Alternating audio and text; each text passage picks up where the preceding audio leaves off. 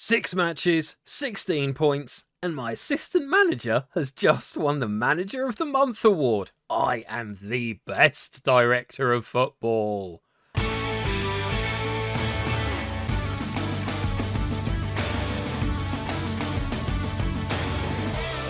Greetings, my excellent friends, and welcome back to part 3 of the Director of Moneyball. I'm Kirk Sheridan, and as you can see, we are sitting pretty at the top of the Vanarama National League South. Ollie Pearce is the joint second top scorer with 6 goals in those first 6 matches. He's been player of the match 3 times. Harrison Males kept 3 clean sheets. We've got a goal difference of 11. Only one slip-up, which was that recent 2-2 draw against Eastbourne Borough, which was off the back of only having a day's rest, to be fair. So I'm not that sad about it. But a 5-2 victory, which you saw against Dover on the opening day. And then 4-0, 1-0, 3-1, 1-0, and then that 2-2. So that 4-0 victory against Welling was an all-round dominant performance. Look at that, XG of 2.08. We did only have 48% of possession. I must admit, that's one thing I've been surprised by, is how little possession we have had, considering that we're playing a tiki-taka style, or at least our assistant manager prefers that tiki-taka style. We did kind of rob Weymouth, though, when we played them away from home.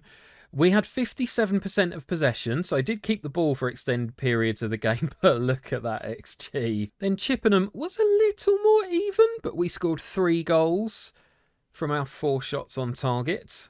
And then Dartford away, we should have won by more than 1 goal. And then this 2-2 draw against Eastbourne. We did concede a good number of chances to them. Look at this. Miles Meekham's 7.5, Ollie Pearce 7.48, Maidlin 7.37. What a signing he has been. And he is actually in the Media Dream 11 as the 4th best player in the division. What a purchase. Couple of regulars who are not quite performing at the highest level.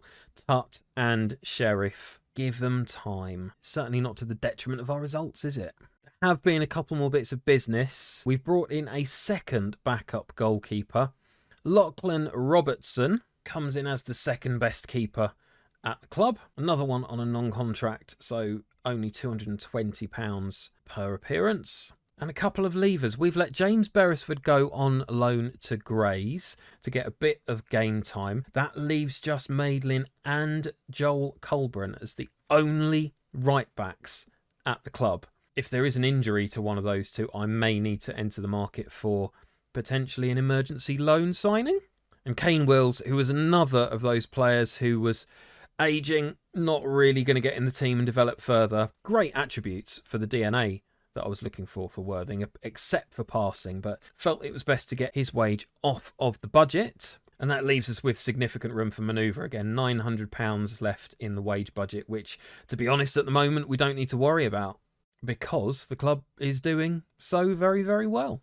And all that astute director of footballship has led to this moment. Dave Hedges, Worthing assistant manager, has won the Vanarama National League South Manager of the Month, because obviously when I'm swanning off on match day, Dave is there doing the hard work, putting that team out on the field, motivating them, making the tactical changes, and he's won 5 out of 6 games, hasn't lost yet, and totally deserves the Manager of the Month award. Well done, Dave. So if you like what Dave's achieved just as much as I do, please drop a like on the video and show him your appreciation. We've scored 16, conceded 5. It's quite remarkable for a team that was expected by the board to finish in the playoffs, and to be honest, by our fans, they just wanted us to finish in the top half. And it looks like the board are pretty happy so far, B-. It's going to be difficult to max out my performance, given that I'm not getting involved in match tactics at all. But they're pleased with the team's recent results. They're pleased with the support and backing from the players. They're disappointed with the deal to sign Harry Phillips because they think we've paid over the odds for him. So he's down as one of our regular starters, earning £350 a week, which is probably more than most other regular starters. But he started 6 games, scored twice and assisted once for an average rating of 7.3. I think I'm perfectly happy with that, thank you, board. And they would have liked us to get a loan fee for Beresford. Well, I did try to negotiate one, but I was more concerned about getting his wages off of the bill to stay financially prudent. The supporters, though, oh, they are delighted. They're saying that we look set for Vanarama South glory this season. Come on, we're 6 matches in.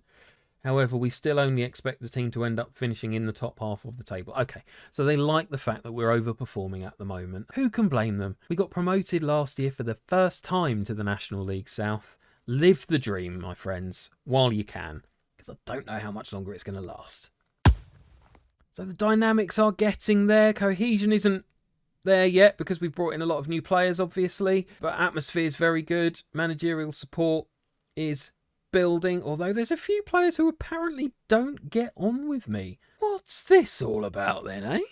This can probably only be Jake Robinson, who is only content with okay morale at the moment. I've been trying to get him to leave the club, but no one wants to pay his wages. Well, neither do I. Interesting to see that we are lacking team leaders, though. 2 of those influential players, though, both Jake Robinson and Starkey, I'm looking to move on. Starkey just tactically doesn't fit into the team, although on ability, he'd probably be all right to stay in the squad. Jake Robinson, 35 years old. I'm not keen to play him to the detriment of the development of some of the younger players. So far, Robinson hasn't even made a substitute appearance. Starkey has come on 4 times. So when he does get on the pitch, he is performing, but for 4 substitute appearances, £500 a week seems excessive.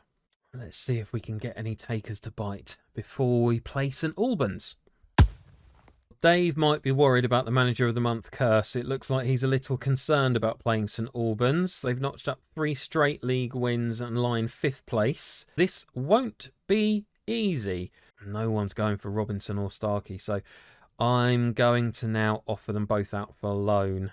Given no one seems interested in paying their full wages, I will offer them both out for 80%. Still no offers. So today, 7th match of the season, we're playing St Albans away from home. 5th versus 1st. It's 3 o'clock. It's time to go on holiday. There's a lot of tiredness in the squad from playing a lot of matches in quick succession. Oh, and that's our first loss of the season. High scoring match given the XG on show there. We did dominate possession, but we lost the XG battle 1.53 to 0.67. And it looks like Tut and Sheriff again had pretty poor games. Well, remember what I said in the rules? Always improve the weakest area of your team first. This left back slot is starting to look troublesome. So we got the scoring underway by the look of it. No, did we? Madeline with an incredible finish. Then the ball came out to... Oh, dear me. That was just very, very poor defending. It looks like our central defender didn't really jump for it. And, oh dear me, easy goal from the corner. Maybe I need some taller players as well. One to consider. And then how many times have we seen us score that exact goal so far this season? And looks like we're going to score it again. Good old non-league. Tim Flowers there. England and Blackburn legend in charge of St Albans is pleased with the comeback. I'm not Tim. Oh, I tell you what, this Moneyball can be hard at times. Look at this. Jordan Einer can cover every position across the back line. That is tempting. But while he's got the determination and pace, his teamwork and work rate are both woeful, and so is his passing. So, oh, still on the lookout for another right back then. But let's have a look at Cameron Tutt and see what we can learn. He's got a 7.3 and a 7.2 so far this season. Averaging below that. Great determination, decent teamwork, decent enough work rate. Pace, stamina, yeah, looking okay. Passing, not quite where I want it to be. Maybe it's just a case of a young player struggling to get that consistency. He's doing well in training. He's improved his stamina. Vanarama national left back in future. So there's nothing there about him being afraid of big matches or lacking consistency. Hopefully he will improve as the season goes on. But I am putting a marker now. As we know, we need to always be on the lookout for replacements. I'll get scouting for a left back straight away. Still no offers for Robinson. Right, we'll drop it to 50 and 40. Same for Starkey. Oh, and still no offers for Robinson or Starkey. Right, I'm going to leave it there for now for a few weeks. Let everybody else out there realise that they desperately need Robinson and Starkey to fill those problem positions at their clubs. It's probably just too early in the season. Maybe beginning of October it'll be a different story. Next up in the league, we are playing Tunbridge, and we're looking for 3 points. Having dropped points last time out, we've got another couple of teams level with us at the top. Over to you, Dave.